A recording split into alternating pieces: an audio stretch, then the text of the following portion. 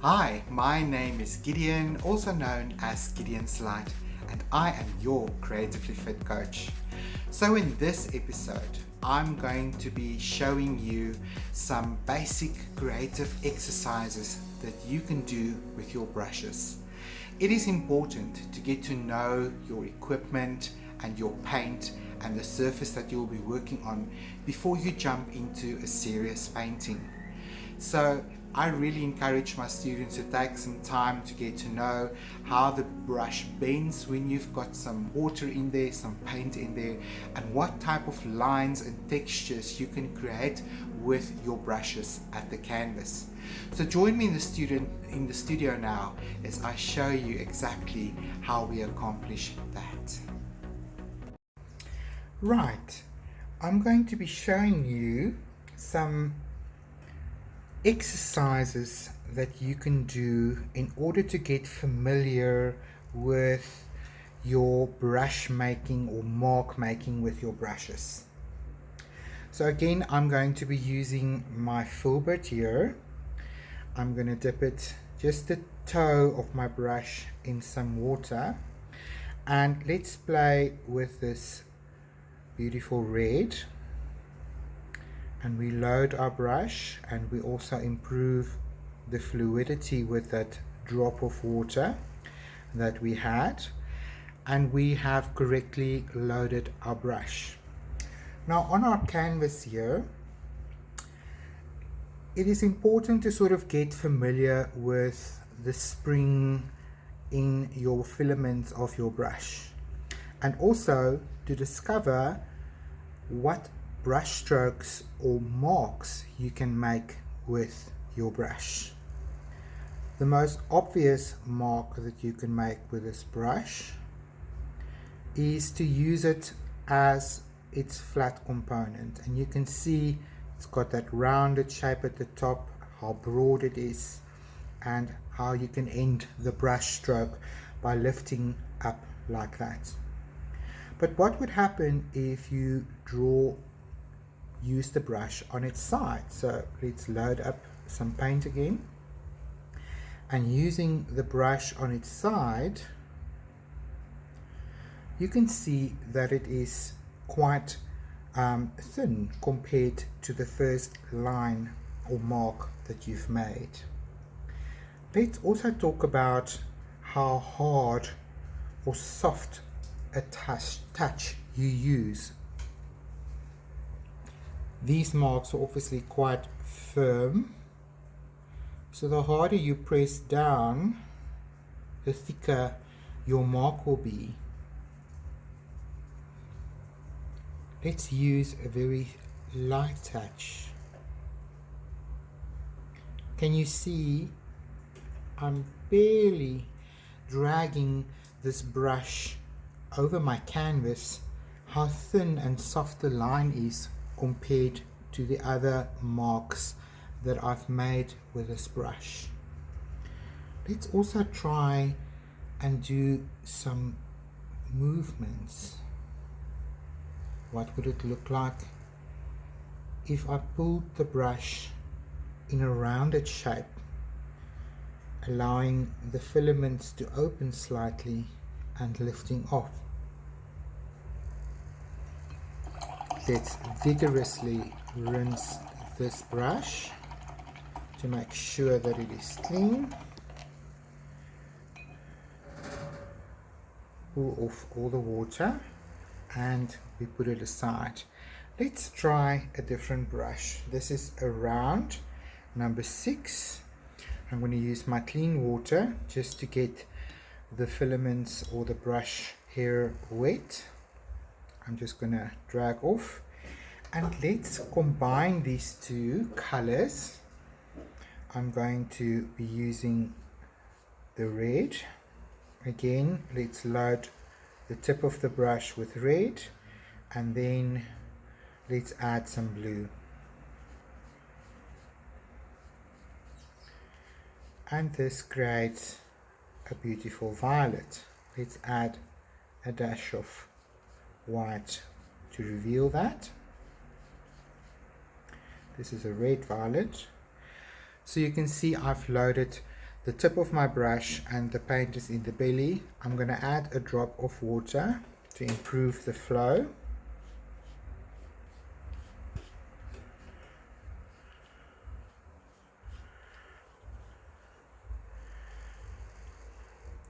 And I'm going to roll off. Roll off is something that you will hear me speak of as well. If there's too much paint on the brush, then you can also roll it off and then just catch the paint on the toe of the brush. I'm going to turn my canvas and let's see what marks we can make with this brush. Let's see what is the lightest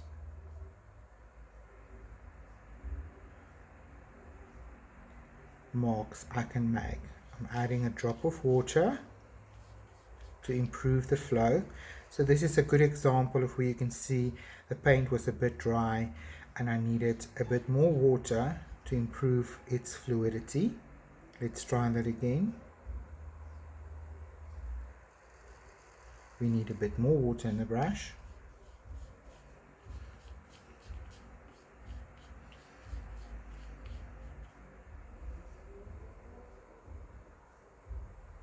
There we go.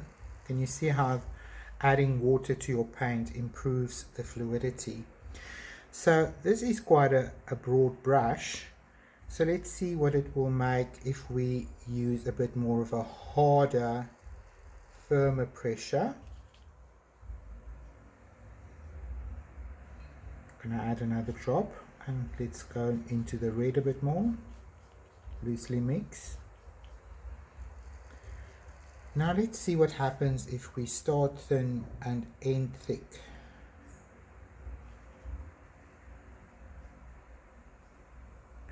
Or if we turn that around.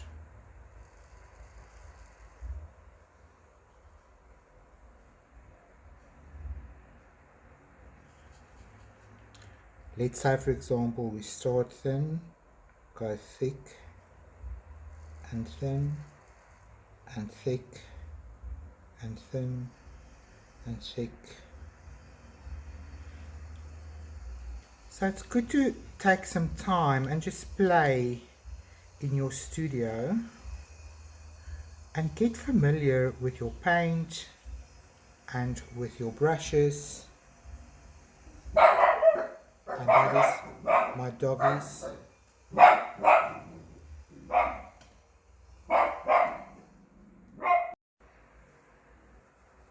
I'm going to vigorously rinse this number 6 round brush. Drag off the water and put it aside. Now this is an angle brush. You can see that it's got an angle to the brush here. So let's get this wet. And let's play with this green again. I'm loading the belly of the brush and I'm going to use a little bit of blue, loosely mixed. Good example again. And let's see what we can do with this brush. I'm going to turn my canvas again. So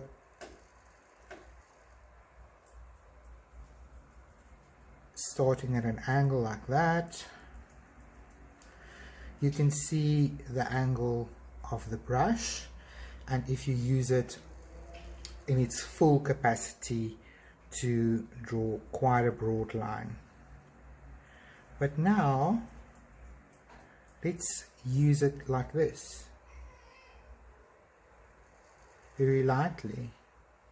Can you see how the same brush can create a very fine line versus a very broad line? There's more parts to this brush. I'm going to just add a drop of water to improve fluidity. I'm just going to be using the tip.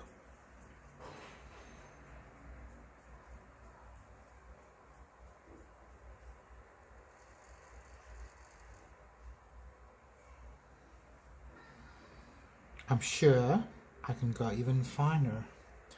But when we go finer, we sometimes need to have a bit more control by just supporting the palm of our hand on our table. You can now see,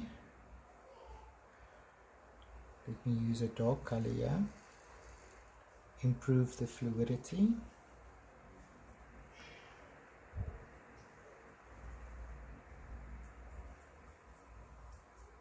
With this very thick brush, I can create very fine lines.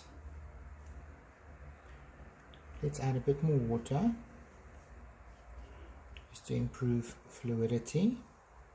And this is thoroughly mixed and I've got a beautiful dark green now.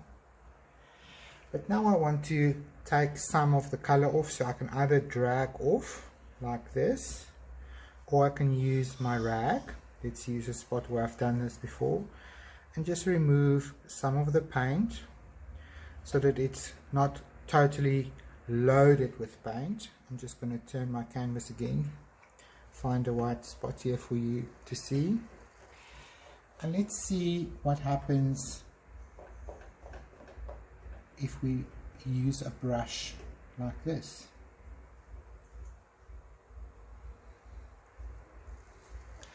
So you can see what the filaments do when I have quite a sharp edge on the one side, and as I pull off, I lift the brush, I create these beautiful soft marks that can be very useful as a technique, and the brush offers me that opportunity for soft blending by using it in this way.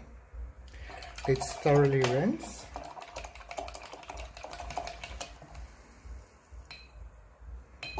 It's not clean yet, let's rinse some more.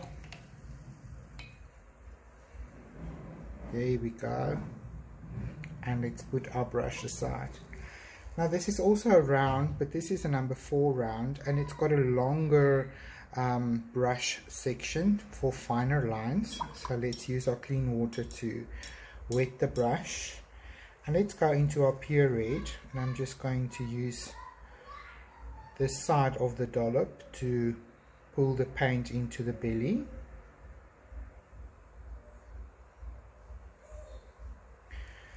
And let's see what we can create with this brush.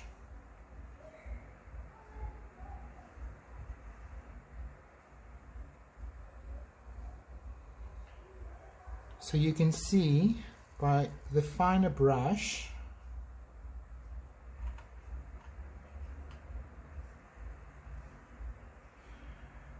you can do more detail work.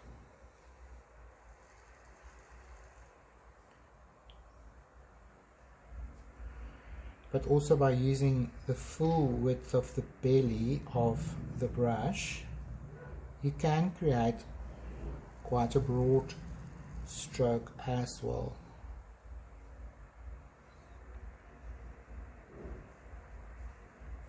Let's improve the fluidity. The minute you paint and you struggle to get the paint to come off the brush onto the canvas, that's a clue that you need to improve the fluidity of your paint by adding a drop of water to it. Sometimes the studio is hot, that's better. And like in my case, it's hot and I've got a fan running, and then the paint can dry quickly on the palette, and you might need to constantly improve the fluidity of the paint. Now sometimes I want to just show that drag and roll again. You load your brush and there is almost too much paint on the belly of the brush, and it almost clumps up like that to the tip. So as an example, that would just create a thick suspension of the paint on your canvas. So that is where we would, let me show you on a clean part, just roll the brush to get the paint out of the belly, and then just tip dip the tip of the brush, the toe of the brush, into the paint again in order to get a beautiful clean line on your canvas again. Vigorously rinse and see, yes, that looks clean. Let's add some clean water and put the brush aside. Now I do want to show you the water here quickly. Can you see my first jar of water is getting really muddy and dirty, and my second jar of water is still fairly clean. So this is why I use 2 jars of water, and I always have clean water available for when I switch to a different color, or if I need to get you know, some clean water to add to the fluidity of my paint, because using the dirty water on the yellow, for example, can seriously influence your color and create some mud. Now I also wanted to take this time to talk about adding too much water to your paint. I'm going to turn my canvas board again. This is going to be a nice broken in canvas for a creative exercise. Now let's use the clean water, and I want to show you, we've now seen how we improve the fluidity of the paint by adding a drop of water and pulling off the excess water on the container or on a rag, and then improving the fluidity so that we have a good flow. But what would happen if I add way too much water? So let's do that here.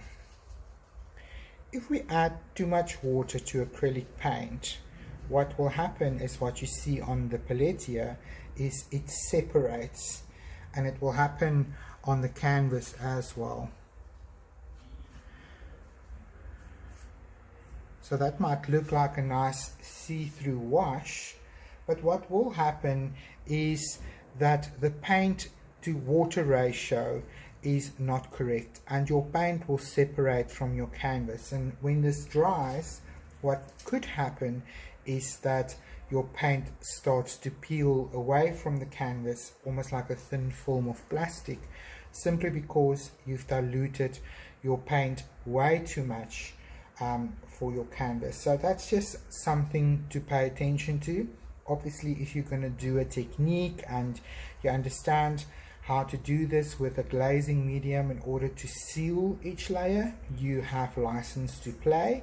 But I think it's something to know about, so that you don't make the mistake of adding too much water to your acrylic paint. Even though this is a water medium, it's not watercolor per se, and yeah, it's just good to know when it is the correct amount of paint versus water. And that usually is when you don't see a massive dilution in the pigment, and you can still get a good flow of your brush, so that you get to paint what you want to paint, but the color doesn't change as much. And when it dries, that will definitely adhere to your canvas properly. Rinse off vigorously.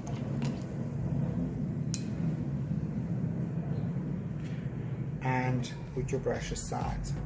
So hopefully that will... So that introduces you to the art of mark making at the canvas. And I hope that things are a little bit more clear as far as that is concerned. As your Creatively Fit coach, I strongly advise you and encourage you to spend time at the canvas just playing.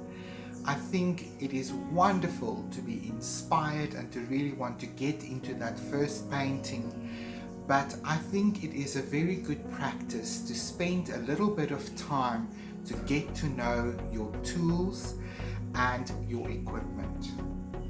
When you do these little exercises like I demonstrated with the brush, you really begin to get what I call a muscular memory, really.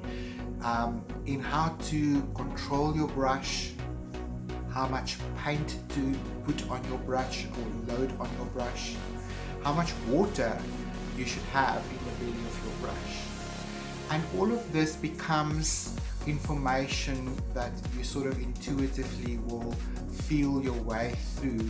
So when you begin to paint an actual painting, all of that information is already in your system, ready to go.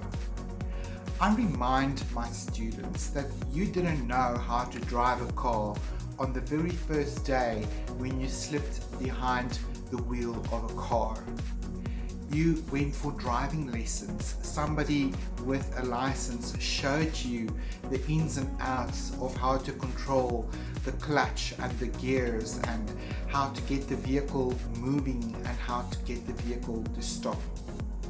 So even though we are all born creatives, we do need to learn some technique, and that takes a bit of time and practice.